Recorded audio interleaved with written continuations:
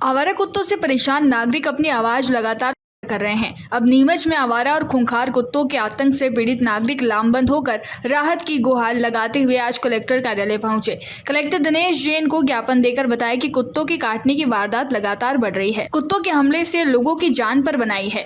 प्रतिदिन 5 से 10 घटनाएं आम बात है। आमजन अपने बच्चे और महिलाओं को कुत्तों के डर से घर से बाहर निकलने में डरने लगे हैं। आवेदन में कहा गया है कि कुत्तों की बढ़ती संख्या को नियंत्रित करने के लिए इनकी नसबंदी का अभियान प्रभावी ढंग से शुरू किया जाए। खूंखार और आवारा कुत्तों को पकड़कर गांधी सागर अभ्यारण्य और ट्रेचिंग ग्राउंड में छोड़ा जाए।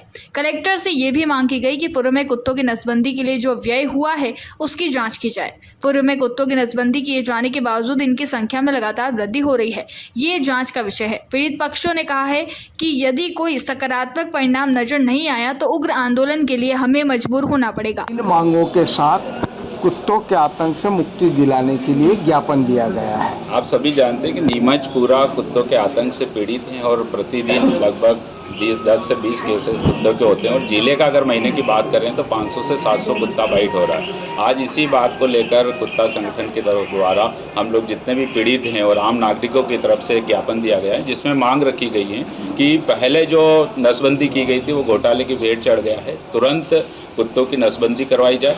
दूसरी हमने मांग ये रखी है कि जो कुत्तों की नसबंदी करने के साथ ही जो खूंखार और आवारा कुत्ते हैं जो लोगों के ऊपर झपटते हैं उनको तुरंत पकड़कर शेल्टर होम पहुंचाया जाए।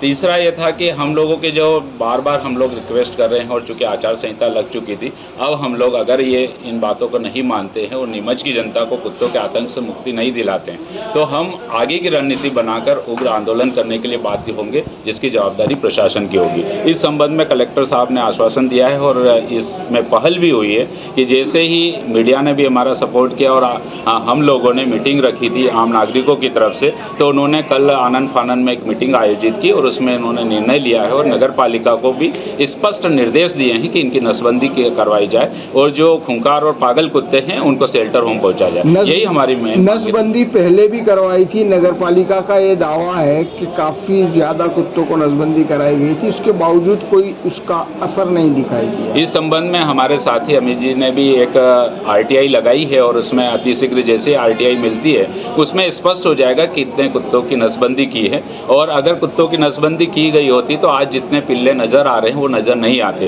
कहीं न कहीं वो पूरी भ्रष्टाचार की भेंट चढ़ा है। उस संबंध में भी हम लोगों की जैसे RTI मिलती है उसके बाद में हम लोग उसके लिए भी आंदोलन करेंगे और जो वास्तविक उसके दोषी लोग हैं उन पर वैधानिक कार्रवाई करने। जैसा कि हमारी परसों शनिवार के दिन मीटिंग हुई थी नगर गांधी वाटिका में, जिसमें हम सभी कुत्ता पीड़ित व्यक्ति सभी वहाँ पे उपस्थित थे और उस मीटिंग में हमने निर्णय लिया था कि कलेक्टर साहब को मंगलवार को ज्ञापन दिया जाएगा।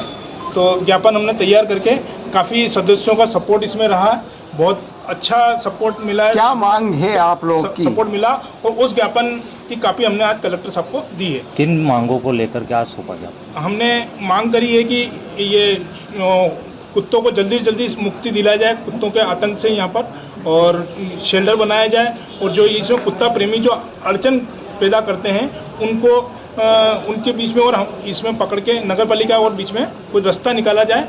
कलेक्टर साहब से ऐसा अनुरोध किया हमने।